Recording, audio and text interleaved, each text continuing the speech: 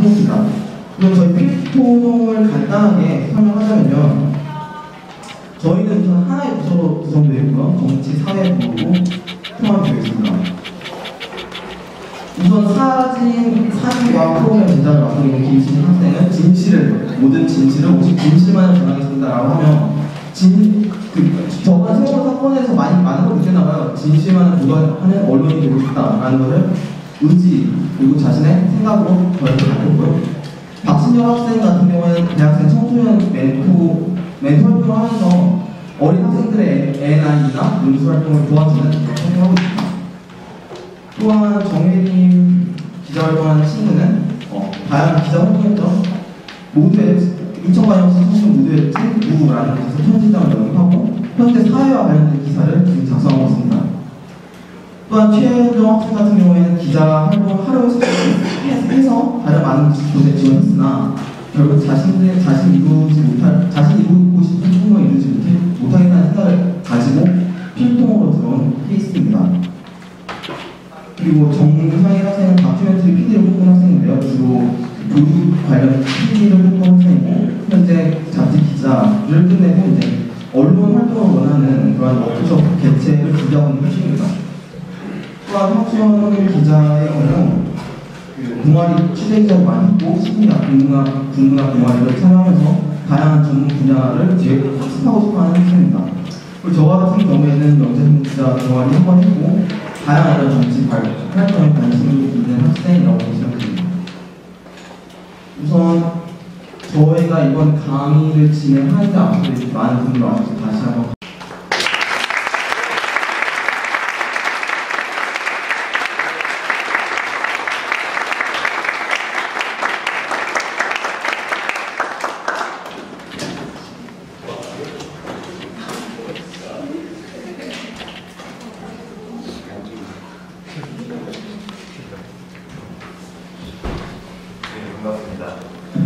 반갑습니다. 제가 작년에 책 내고 좀 작년 상반기에 꽤 연전히 강연을 했고 작년 하반기 이후에는 지금 나오는 신간 작업 때문에 강연을 거의 안 했습니다. 제가 거의 1년여 만에 이 주제로 지금 강연을 하게 돼서 잘 될지 모르겠는데요. 저도 20대 대학생이 딸이 있는 아버지로서 또 중학생 아들이 있는 아버지로서 여러분과 뭔가 한 30년 정도 되는 기성세대로서 혹시 이런 얘기를 나누면 청년들이 앞으로 자기 인생을 설계해 나가고 하는데 도움이 되지 않을까 그런 마음으로 오늘 왔습니다.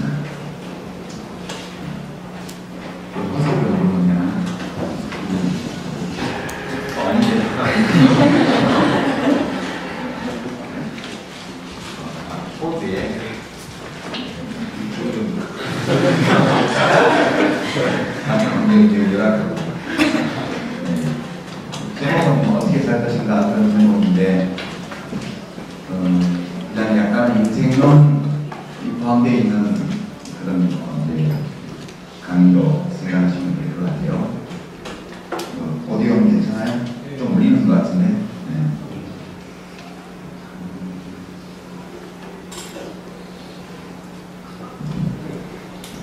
되게 이제 여러분 나이 때 내가 어땠나 이렇게 지금 보면 한 세대가 가는 동안 사회가 굉장히 많이 달라지긴 달라졌어요. 좋게 달라진 것도 있고 오히려 좋지 않게 달라진 것도 있는 것 같고 전반적으로는 좋아졌지만 대학의 분위기는 옛날하고 참 많이 다른 것 같다 그런 생각을 해요. 예. 제가 다니던 학교를 다녔을 때가 1978년도 좀 안 울리면 좀 오래간 것 같아요. 예. 78년도 아직도 울리는데 내만 울리나? 예. 에코를 줄여야 돼요. 예. 이거 볼까요? 잘 들리죠? 예. 그때는 유신시대였어요. 유신시대 막바지였고 지금 청와대에 계신 박 대통령 아버지 되시는 분이 대통령이시기 때문에 두 제가 두 돌 노동 전에 권력을 잡으셨는데 제가 대학에 들어서 계속 대통령이시어요. 제가 대학교 2학년 때까지 대통령이셨어요. 당시 김재규 중앙정보부장이 공식 용어로는 현직 대통령이니까 시해, 일반적 용어로는 암살 하지 않았다면 그 뒤로도 10년 이상 대통령을 10년이면 한 15년, 20년 하셨을 것 같아요. 이승만 대통령은 80 넘어서까지도 3.15 정선거를 했잖아요. 그때 박정희 대통령 나이가 60세밖에 안 됐고 군인 출신이 함께 굉장히 강한 체력과 기운을 가진 분이어서 그 뒤로 한 20년도 하시지 않았을까? 그런 생각을 해요. 일체 자유로운 의사표시, 특히 정치 사회와 관련되어 있는 현실과 관련된 발언이 용납되지 않던 시대였고요. 제가 대학 때 찍은 사진이 딱 대학 1학년 신입생 때 룸메이트들하고 찍은 사진 한 장밖에 없어요. 사진을 찍지 말라고 그러거든요. 친한 친구들이 대부분 서클 활동을 같이 하고 데모도 하고 하는 친구들인데 사진을 찍으려면 그게 전부 범죄 조직의 증거가 된다고 해서 사진이 한 장도 없어요. 그리고 일기도 쓰지 말라고 해서 뭔가 이렇게 그저그저 적었다가 일기 등도는 다 며칠 있다가 표 없애고 찢어 없애고 그렇게 20대를 보냈는데 그렇게 해서 이제 미리 연락받고 누군가가 주동을 해서 학교 안에서 시위를 한다 이렇게 미리 연락받고 그 근처에 대기하고 있다가 이제 좀 그걸 동 든다고 보면 누가 동을 뜨면 막 뭐 외치고 이제 돌 던지고 하는 그런 일을 하는 서클들이었는데 그게 더 형식적으로 이제 어느 단과대학인가에 그 단과대학 소속 학생을 회장으로 등록을 해놨었어요.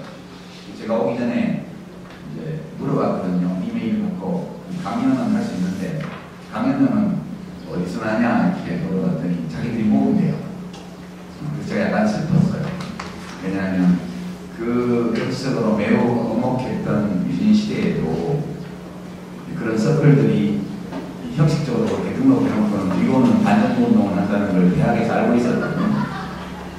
왜냐하면 데모를 주동하고 접해가고 하는 대부분의 학생들이 서클 소속이었기 때문에 이번 서울시 교육감에 당선된 조희연 교수나 또 현재 박원순 서울시장이나 이런 분들이 학술 심포지엄을 하려다가 조희연 교수는 그때 발표도 하는데 사무실 붙잡혀서 발표장에 못 가고 그 행사장에 왔다가 심포지엄 발제자들이 아무도 안 나오니까 시간이 나가고 소리 들려서 발표한 사람이 박원순 시장.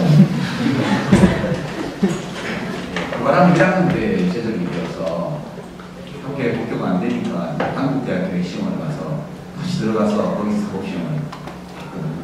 그런 시절인데도 저희가 농할 여러분 농촌 활동을 하면 대학 당국에서 보조금을 줬어요. 네. 그리고 가서 뭐 농민들을 의식한다고 어린 마음에 뭘 의식을 하는 건지 잘 몰랐지만 여하튼 뭐 유신체제나 이런 사회 상태에 대한 비판적인 생각을 농민들에게 전파하기 위해서 요즘 같으면 이제 세월호 사건이 났는데 숨겼다고 생각해봐요. 정부에서. 또는 GOP 총기 참사하는데 감춰버렸다. 또는 뭐 청문회 대상이 되는 공직자 임명을 했는데 그 사람들이 비리와 부정투성이다. 이런 걸 다 감춰버렸다. 보도를 못한 게 아니라 우리는 알고 있어. 그럼 얘기를 해야 될 거 아니에요. 그런 걸 하러 가는데 보면 군수님이 군청직원 보내서 수박도 보내주고요. 굉장히 어떻게 보면 수박하고 낭만적 그런 느낌이 있어요. 지금 생각해봐도. 근데 요즘은 학생들이 대학 당국의 학교 운영에 대해서 비판적인 의견을 말하거나 사회에 있는 여러 문제나 부조리에 대해서 그걸 탐사하는 활동을 하거나 이러는데 지원을 별로 안 해주는 것 같아요. 이렇게 봐서 마음에 들었던 해주고 순수한 학생 활동을 해주고 순수하지 않아 보이는 자기 기준으로 이런 활동은 안 해주는 것 같아요. 그래서 제가 대학 당국에서 강연료를 지원을 좀 받으려고 했는데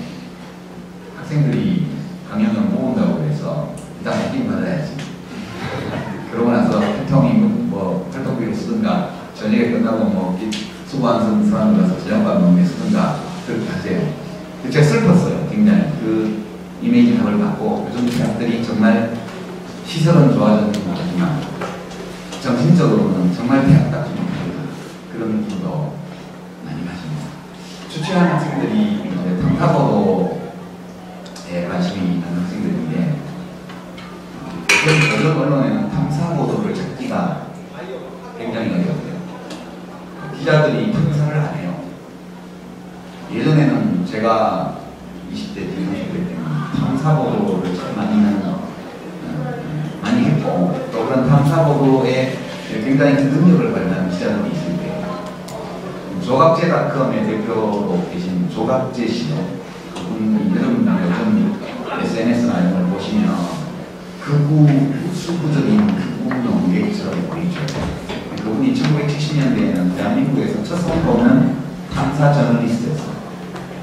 그러니까 우리가 7번 방의 선물 같은 영화에서 보듯 죄 없이 사형 선고를 받은 사람, 사형수 오희웅 이야기하는 오희웅이라는 사형수 얘기를 짚어낸 분인 걸 정말 그 사람은 죄 없이 사형을 당했어요. 일반 범죄, 흉악 범죄를 저지른 거예요. 이정단첩 이수근 1960년대에 갔거든요. 북한에 소위직을 지내다가 남북 무슨 정전회담인가 그런 그 하는 회의장 이용해서 탈출해서 대한민국으로 기순했다가 다시 제3국으로 탈출하다가 베트남에서 잡혀서 압송되고 6개월 후에 사형당한 사람인데요.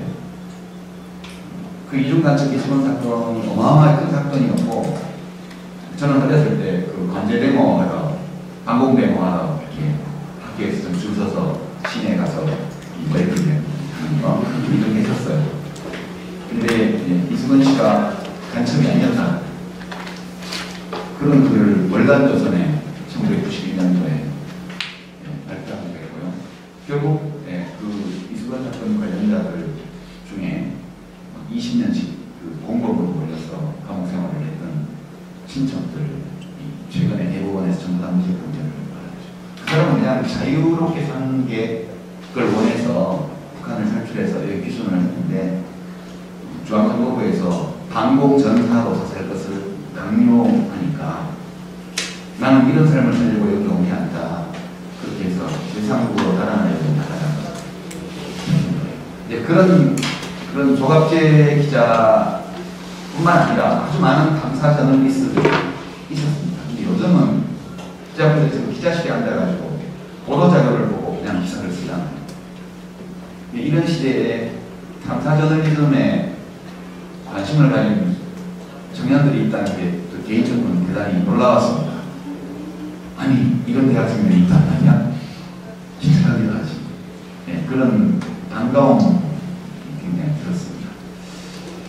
근데 탐사보도, 언론보도에 관심이 있건 없건 간에 오늘 여기서 오신 분들을 위해서는 제가 원래 준비한 말씀을 좀 드려야 될 것 같아요. 이거 정기가 감정적으로 조심해서 회의가 나가는 사람과 좋아요.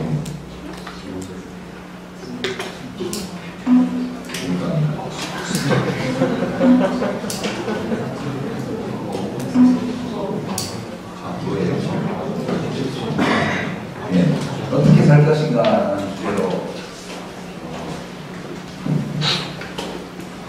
동물의 왕사님을 들었는데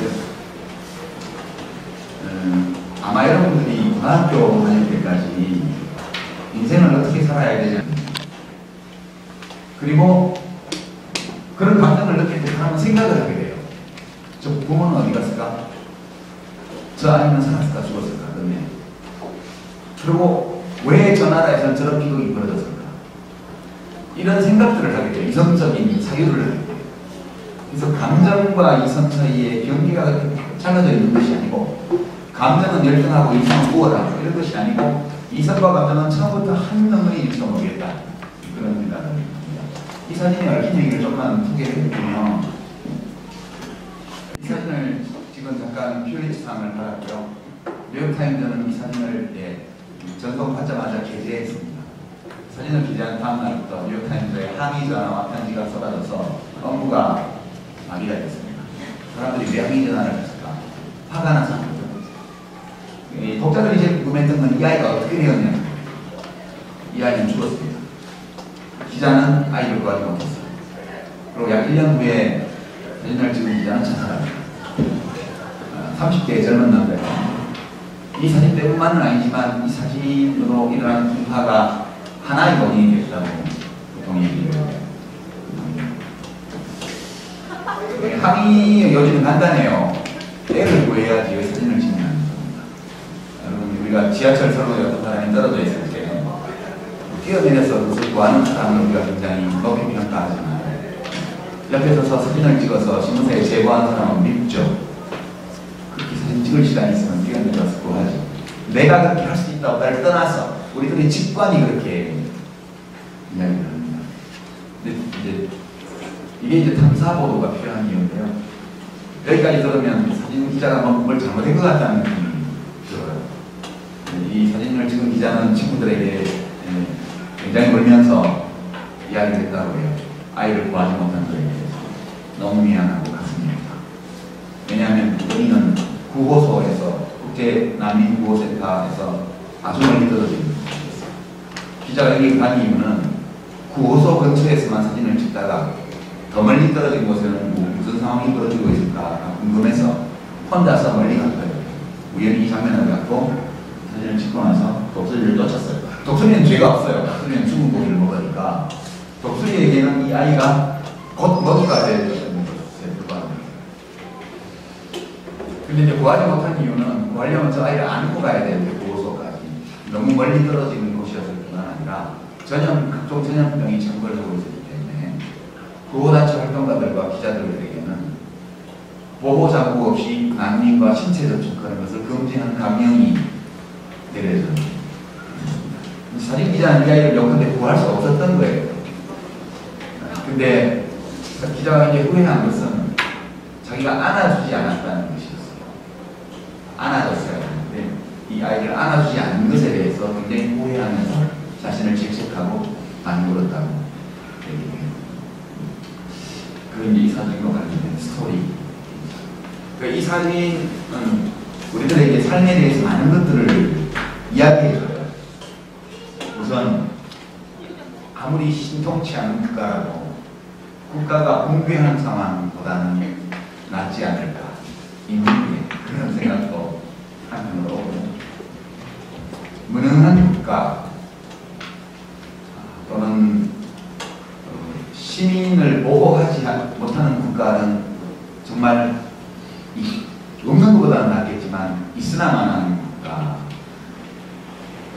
그리고 우리들은 유능한 국가가 있는 상황에서 우리의 삶을 제대로 펼쳐나갈 수 있겠구나.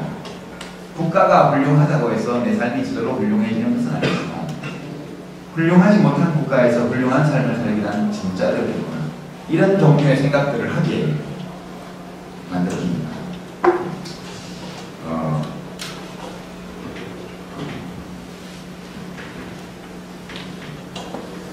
되게 인간은 물질로 이루어진 존재예요. 그 점이 우선 중요합니다. 그러니까 내가 누구인지, 내가 어떤 존재인지 모르면 내 삶을 설계하기가 좀 어려워져요. 또는 그런 생각을 하지 않고 살아갈 수도 있어요. 아예.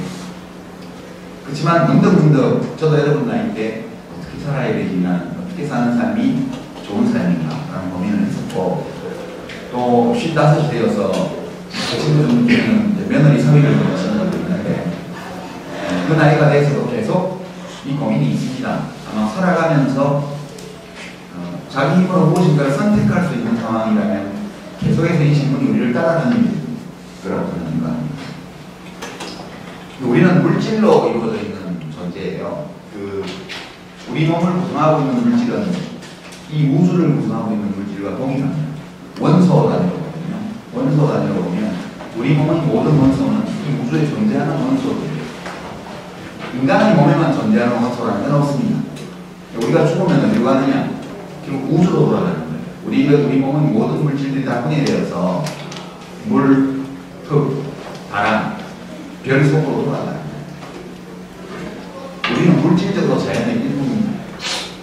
화장을 하든 매장을 하든 마찬가지예요.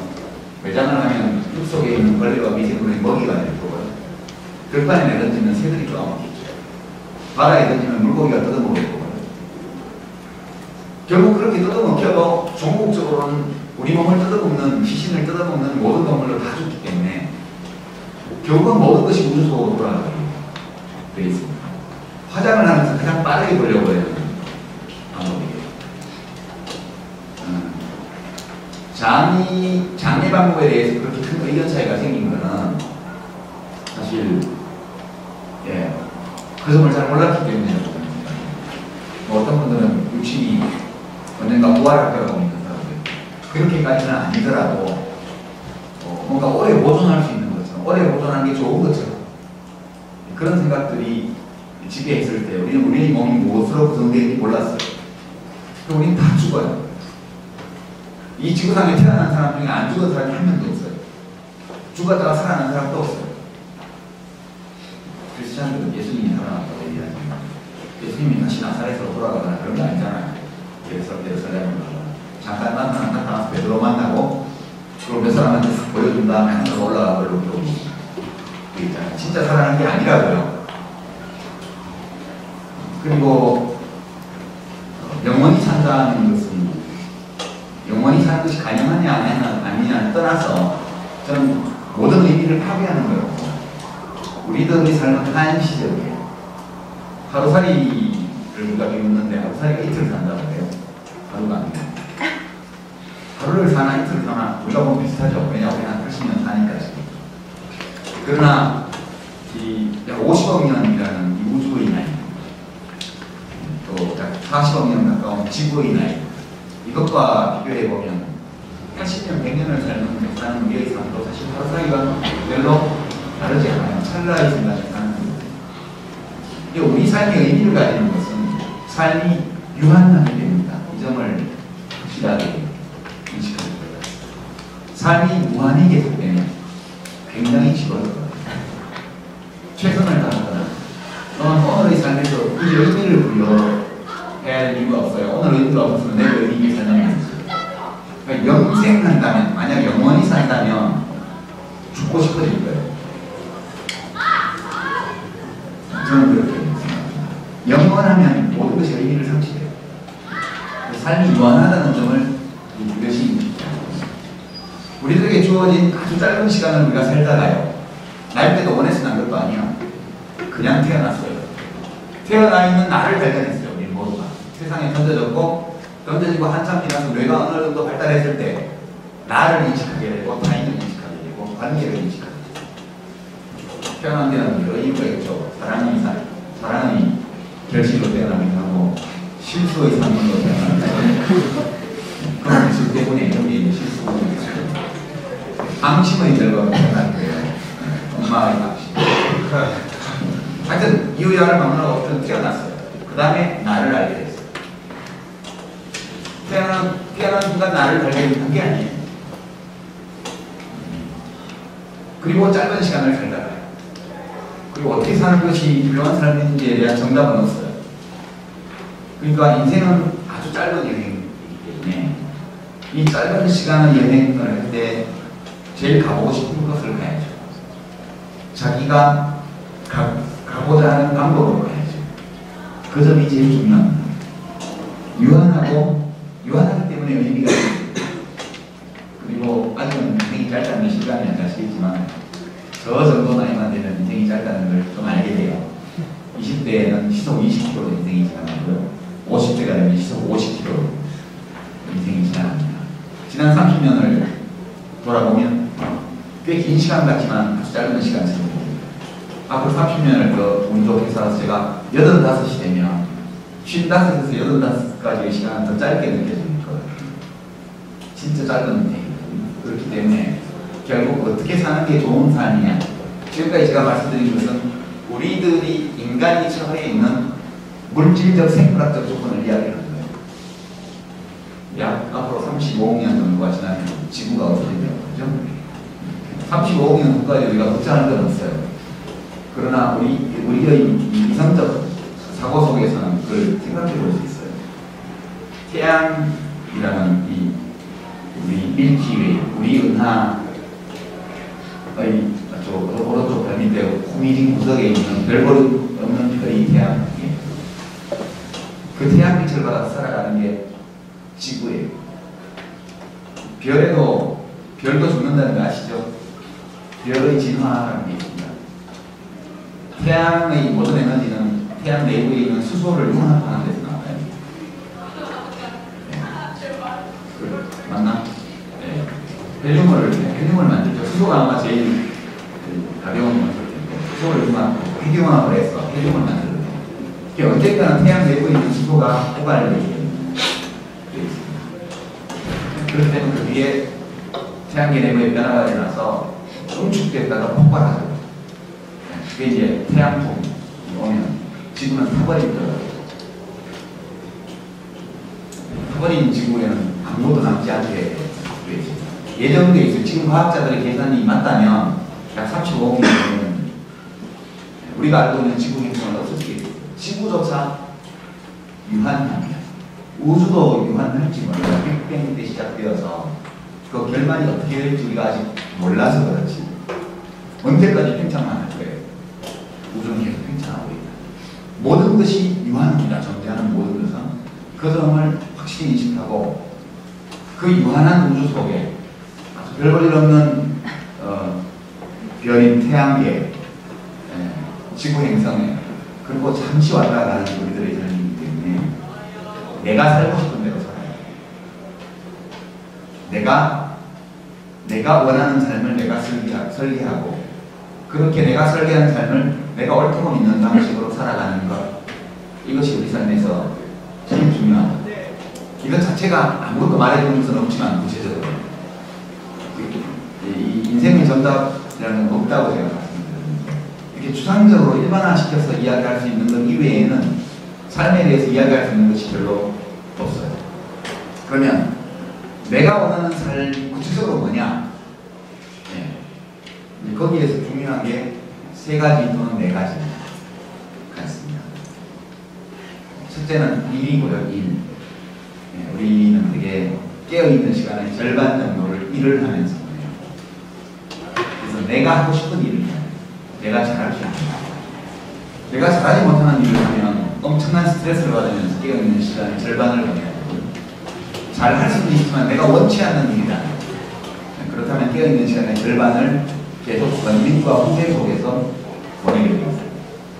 만약 우리가 어떤 일을 나의 직업으로 내가 원하는 것을 선택해서 그 일을 최소한 남들을 하는 정도로 잘 할 수 있다면 깨있는 시간의 절반 정도가 일단 행복해질 수 있습니다. 여러분들이 지금 20대 때 찾아야 되는 제일 중요한 것은 평생 동안 내가 즐겁게 또는 최소한 지루함을 느끼지 않고 할 수 있는 일이 뭘까? 그걸 찾고요. 그 일을 최소한 남들만큼 또는 남들보다 더 잘하는 데 필요한 어떤 기능을 느끼는 시간을 써야 돼요. 20대에. 저는 그때 그 시간을 그렇게 못 써가지고 제가 생각해보면 제가 진짜 원했던 공부를 하는 거였거든요. 학문을 공부를 하려면 지식을 생산하는 건데, 그러려면 도구를 다룰 줄 알아요. 목수가 집을 지으려면 토, 대패, 뭐 이런 걸 다뤄야 되잖아요. 20대 때 학문을 하는 데 필요한 것은 정보를 습득하고 해석하고 소화해내는 데 필요한 언어적 도구, 그게 구체적으로 라틴어, 한문, 영어 또는 뭐 제2외국어, 스페인어 이런 것들 포함해서 그것이 학문을 하는데 필요한 필수적인 도구인데, 저는 20대를 길거리에서 보내느라고 그 시간을 놓쳐버려서 직업으로서 학문 연구를 하는데 종사할 수 없게 되었어요. 그러니까 지금 지식 유통에 종사하는 사람, 생산을 못하니까 남이 생산해 놓은 것 중에 쓸만한 거 골라가지고 그 사람들이 쓸 수 있게 해주는, 이제 자유기구가 작가 에세이를 주로 쓰는 작가라는 것은 사실상 지식 유통업에 해당된다고 생각하고, 그게 20대를 그렇게 보내버린 제 입장에서 찾은 가장 하고 싶은 일이어서 지금 일하는 시간이 행복해요. 저는 아침에 작업실로 출근해서 약속, 저녁 약속 나가다가 집으로 돌아가기까지 한 8시간, 9시간 일하는 이 시간이 되게 책을 읽고 정보를 검색하고 그리고 글을 쓰고 그렇게 하는 시간인데 굉장히 행복하게 느끼고 있는 시간이거든요. 깨 있는 시간의 절반이 즐거워요. 좋은 거. 여러분 꼭 그런 일을 찾고 그 일을 잘할 수 있는 필요한 도구를 사용하는 능력을 기르는데 많은 시간을 쓰시기 바랍니다. 이게 진짜 스펙이에요. 우선 토익 텍스트 점수가 아니고 이게 스펙이에요. 사람마다 전부 다르더라고요. 자기가 어떤 일을 원하느냐에 따라서. 제가 여기 보이는 사진은 일하는 사진이에요. 이 사진은 이따 다시 보기로 하고요. 이런 고층 빌딩의 외벽을 청소하는 일.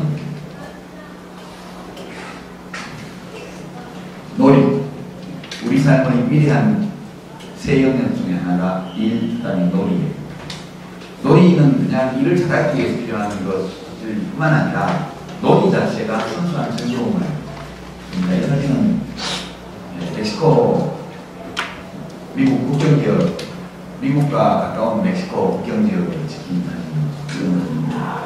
작가가 기차를 타고 가면서 우연히 본 말을 타고 있는 남매로 보이는 아이들의 사진을 찍었어요. 이제 뒤에 여자아이의 사진을 보십시오. 얼굴을. 어때요? 진짜 행복해 보이죠? 철이 없어요.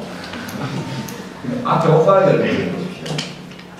불안, 소리 없어요. 걱정이 눈에 막 비치죠. 왜냐? 옆에 기차가 지나가고 있고 카메라 셔터를 누르고 있고 그리고 뒤에 동생이 타고 있어요.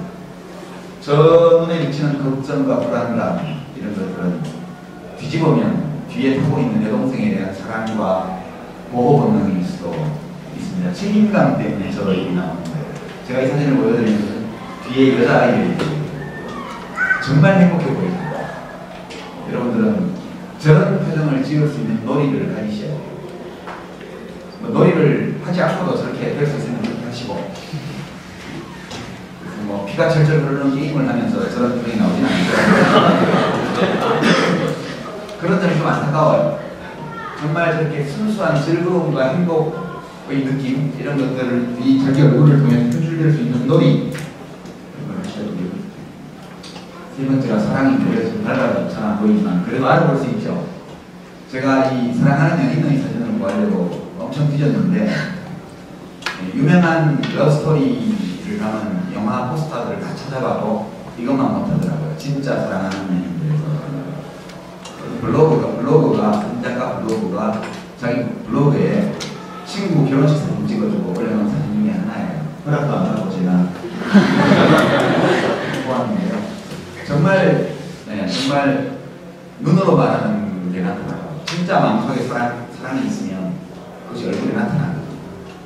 사랑이 없는 삶, 누군가를 사랑하지 못하고 누구에게 사랑하지 못하는 삶, 그런 삶은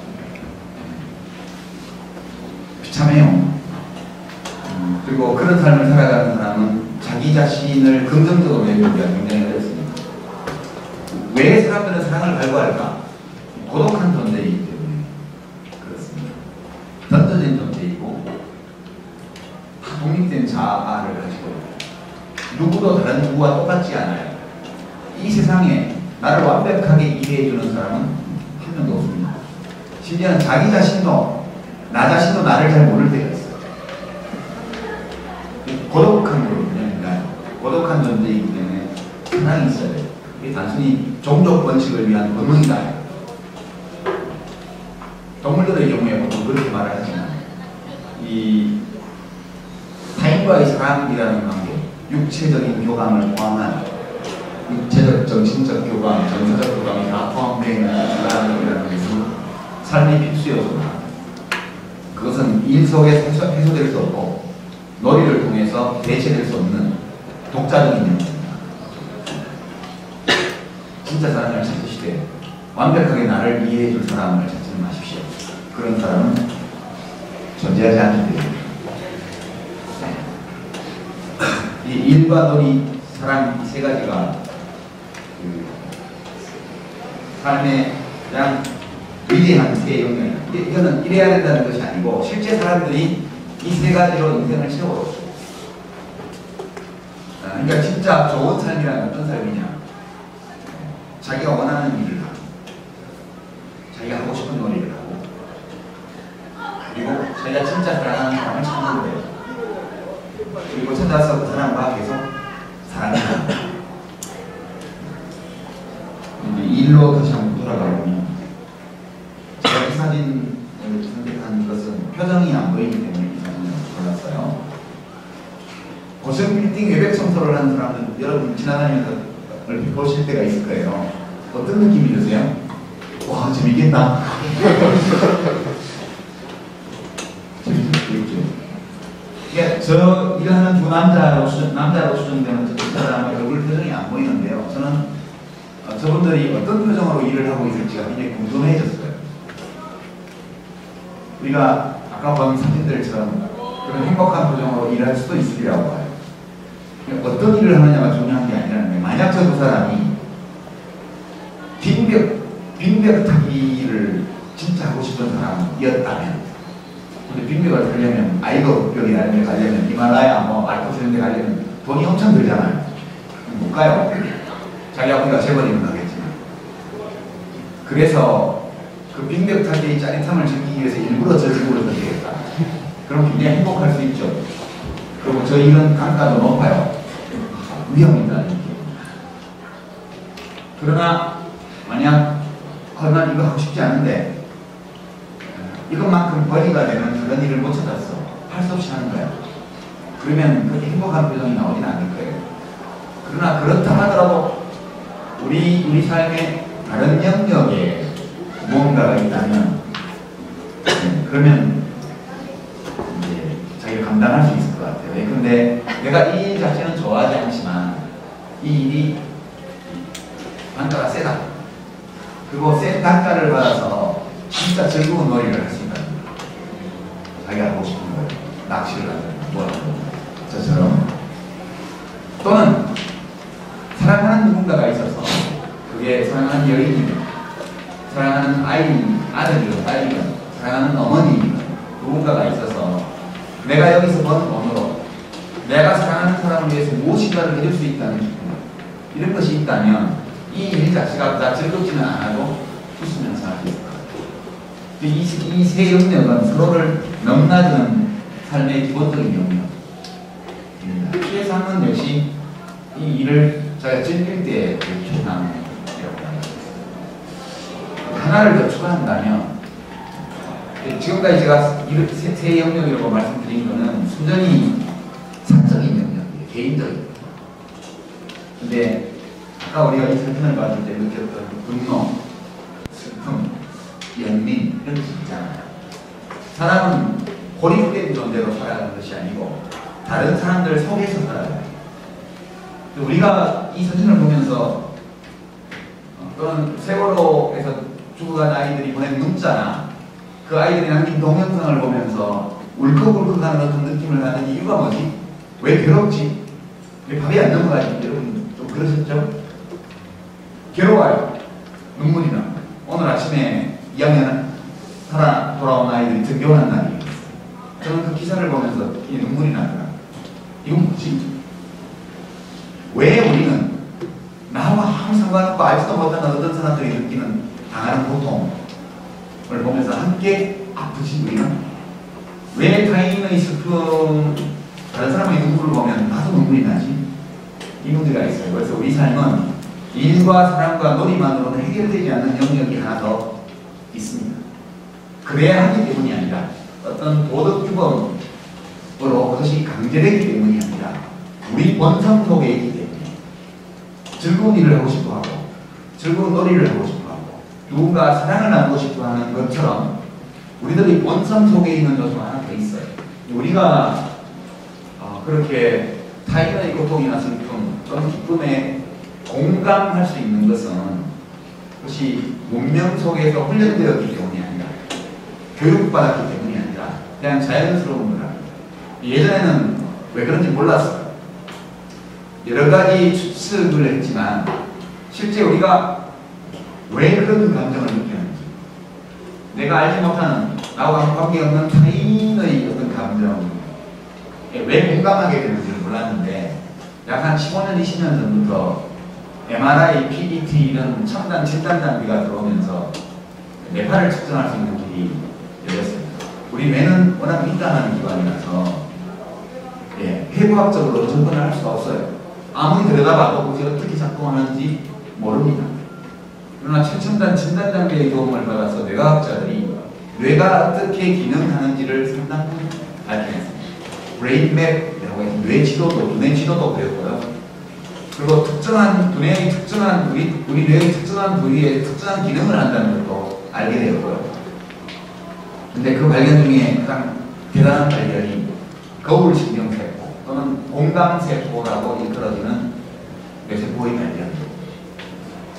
최근에 우리 한국 과학자가 뇌세포의 숫자가 중요한 게 아니고 뇌세포에 있는 돌기, 시냅스라고 우리 부르는 다른 뇌세포와 연결하는, 교신하는 돌기의 숫자가 중요하다. 그런 연구 결과를 내놔서 세계적인 주목을 받기도 했는데, 결국 우리들의 뇌세포는 많게는 막 1만 개, 적게는 몇백 개의 시냅스라고 일컬어지는 교신 돌기를 가지고 있습니다. 이 돌기들은 연결되어 있지 않, 물리학적으로 연결되어 있지 않지만 신경 전달 물질들이 약 50종 분리가 되면서 둘 사이에 활발한 전기적, 화학적 교신이 시냅스 사이에 일어난다고 합니다. 우리 뇌내 피질 전체에 이 거울신경세포라는 특별한 기능을 하는 세포가 쭉 퍼져 있다고. 그래서 이것이 하는 기능이 뭐냐라고 말할 때, 이것이 다른 객체, 어떤 타자가 느끼는 감정을 같이 느끼게 해주는 기능을 갖고 있습니다. 이거는 새로운 발견인데, 근데 아기들이 빵긋빵긋 웃어요. 그죠? 그럼 엄마가 꺾 넘어가죠. 아기가 왜 웃을까요? 그래서 그냥 안면 근육이 움직이에요. 그것은 아기 자신이 신생아가 내가 기쁘다 슬프다를 느끼는 게 아니에요.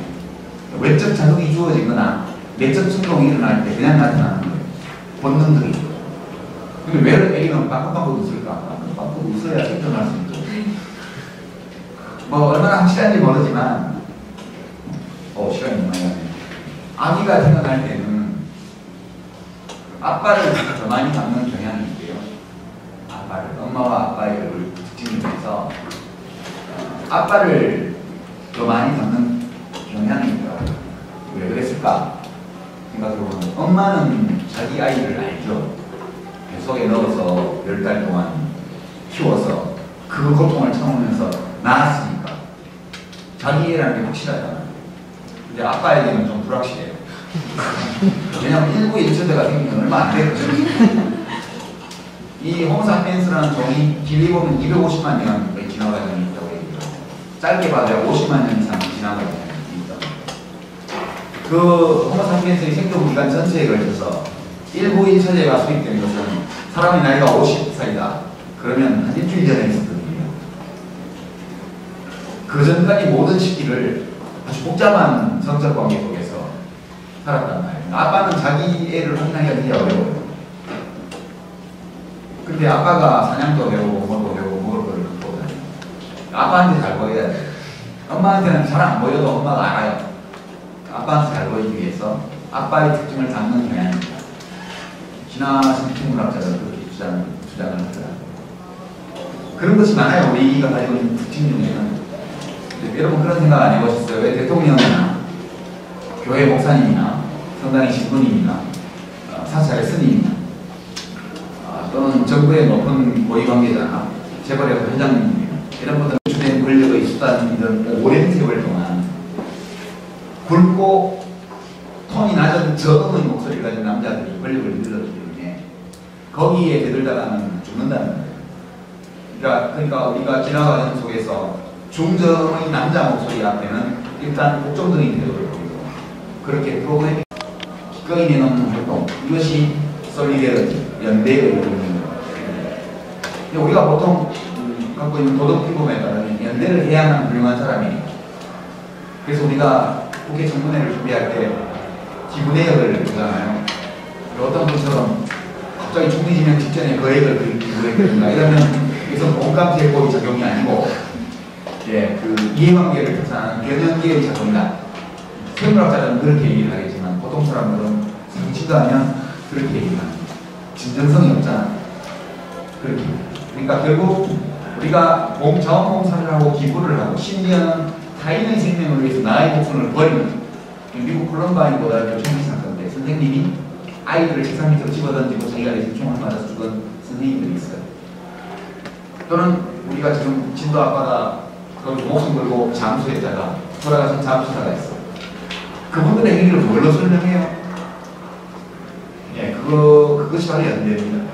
이것이 아주 강한 사람이 있고 덜 강한 사람이 있고 사람마다 다 달라요. 그러나 우리 모두에게는 이게 있어요. 많든 적든 일, 사랑, 놀이 이외에 그것으로 미처 표현하지 못한 나의 내면, 나의 욕구, 나의 소망 이것이 남아있고 그것을 뭉뚱그려서 연대라고 해요. 어떤 식으로 하든 자기에게 맞는 방식으로 자기가 할 수 있는 만큼 연대할 때 사람은 이 사랑 놀이와 더불어서 이 연대를 해나갈 때 충족된 느낌을 가지게 돼요. 그래서 우리들의 삶의 영역은 일, 놀이, 사랑이 연대 네 가지다. 그런 점을 여러분 말씀드리고요. 사진 자료들이 있는데 이건 재미삼아 제가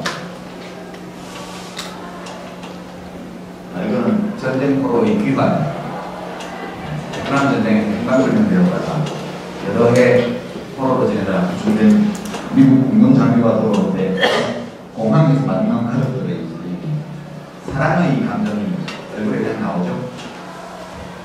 이거는 헌혈하는 장면인데요. 어떤 회사의 휴가 전 헌혈 먼저 캠페인 연출 사진입니다. 1월과 7월에는 혈액이 부족해요. 혹한기하고 혹석이 휴가죠.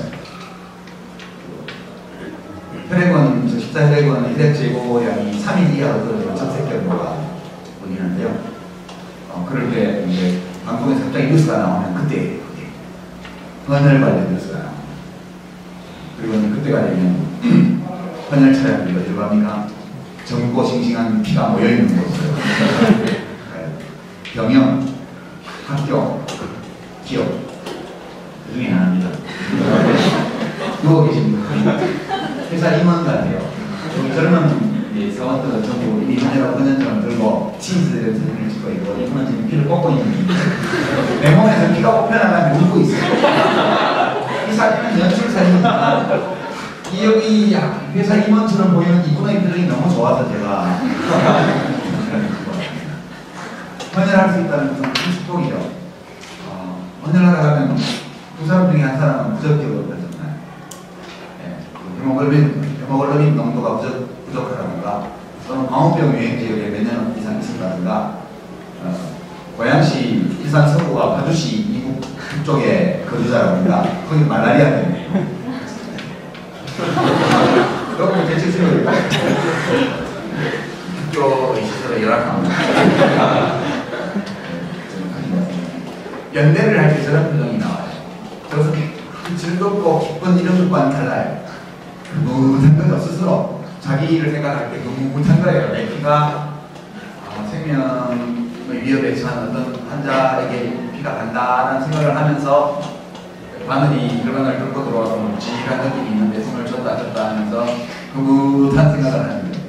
저런 것이 우리 인생의 매우 중요합니다. 여기서는 태양 키로미터라고 해서 경험하는 사람들이고요. 이건 촛불 집회, 광원병 촛불 집회. 이것도 대표적인 연대 활동 중에 하나예요.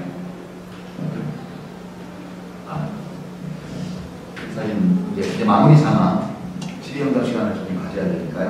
원래 예정이 1시간 반, 6시 10분부터 7시 40분까지 되어 있는데 다들 저녁도 못 먹었으면 뭐 하면 안 되겠죠. 마무리하겠는데 되게 여러분 나이에는 어떻게 살지 이걸 고민을 하는 거예요. 그리고 이제 죽음이라는 거에 대해서는 우리가 추상적으로 삶은 유한하다. 나에게 언젠간 죽음이 있을 것이다. 이렇게 넘어가는 게 아닌데 이 죽음에 대해서 조금 더 깊이 생각할 필요가 있어요. 좋은 삶을 살고 싶다면 역시 좋은 죽음과 함께 생각을 해야 돼요. 여러분들은 아직 죽는 걸 많이 생각하는 나이가 아니시기 때문에 제가 길게 하지는 않고요. 그냥 상징적으로 보여드렸습니다. 영인에 있는 공원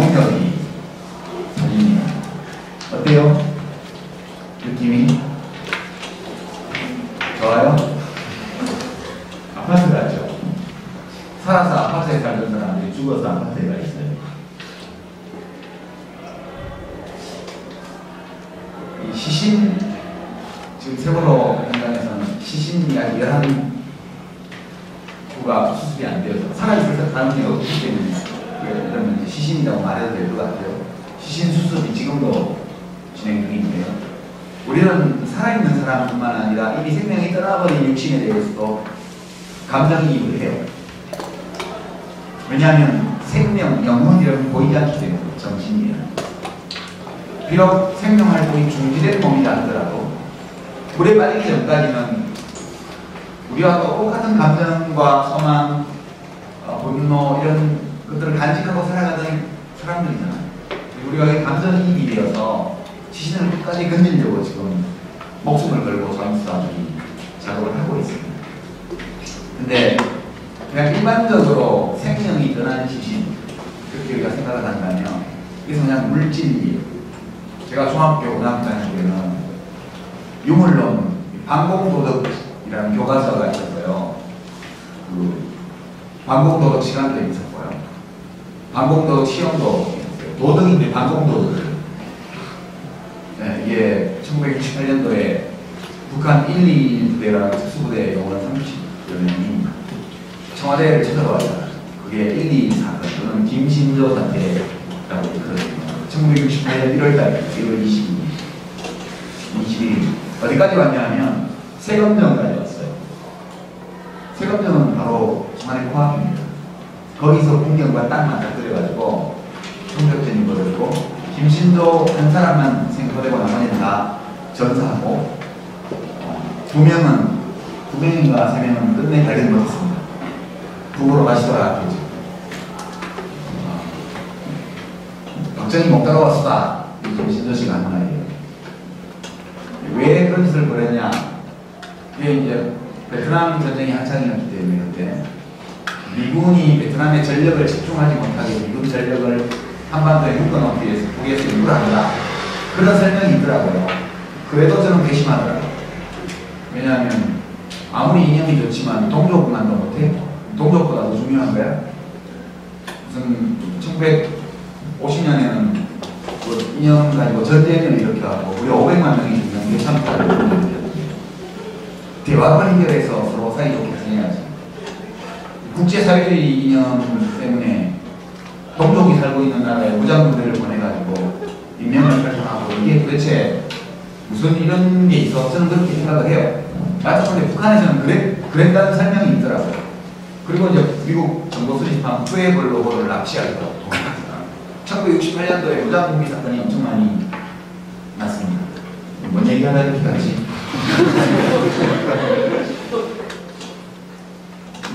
왜 이 얘기가 이게 나이 들면 끝까지 시신 죽음이라는 좋은 죽음이라는 거는 되게 운이 좋아야 되고요. 갑자기 죽으면 그 좋은 죽음이 아니에요. 왜냐하면 자기 삶을 스스로 돌아볼 시간이 없고 그리고 사랑하는 사람들과 작별하는 데 필요한 최소한의 기회가 없기 때문에 그것은 죽은 사람은 모르겠죠. 죽었습니다. 남은 사람들에게 뭔가를 남겨요. 아쉬운 그런 슬픔 이런 걸. 제일 좋은 죽음은 그냥 자기 발로 걸어다니고 자기 능력으로 걸어서 누구에게도 패기치지 않으면서 살다가 한 2, 3일 정도 누웠다가 떠나는 게 제일 좋아요. 제 생각에는. 왜냐면 2, 3일 정도 필요해요. 미국에 가 있는 아들이 원래는 하루 반 정도는 시간이 걸리죠. 지금 육지 왔을 때라. 그래서 2, 3일 정도는 좀 누워서 기진맥진하고 있다가 떠나는 게 제일 좋은 것 같아요. 자기 힘으로 살다가. 근데 굉장히 운이 좋아야만 그렇게 죽을 수 있어요. 그러나 내가 이제 정신이 죽으면, 그러니까 생명 활동이 멈추면 나는 없어요.